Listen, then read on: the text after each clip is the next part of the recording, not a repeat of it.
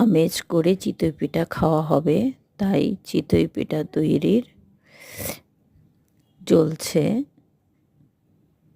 এই পিঠাটা আমাদের বাসায় সকলেরই ভীষণ প্রিয়। কে কে খাবে চলে আসো। এই শীতে এই পিঠাটা খেতে ভীষণ মজা।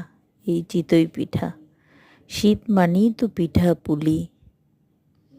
শীত মানেই অনেক আমেজ করে চুলার পাশে বসে বিভিন্ন ধরনের পিঠা খাওয়া।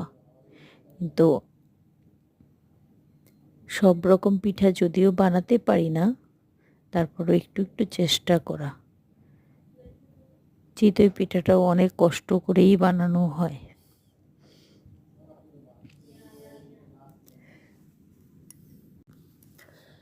পৌষে তোদের ডাক দিয়েছে, আয় রে চলে আয় আয় আয়।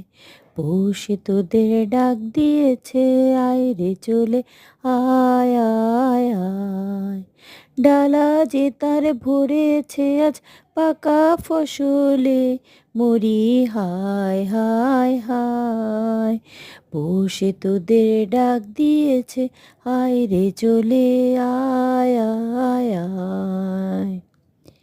পৌষ মানেই কনকনে শীত, পৌষ মানে পিঠাপুলি খাওয়ার বিশাল আয়োজন, আমেজ করে চুলার পাশে বসে।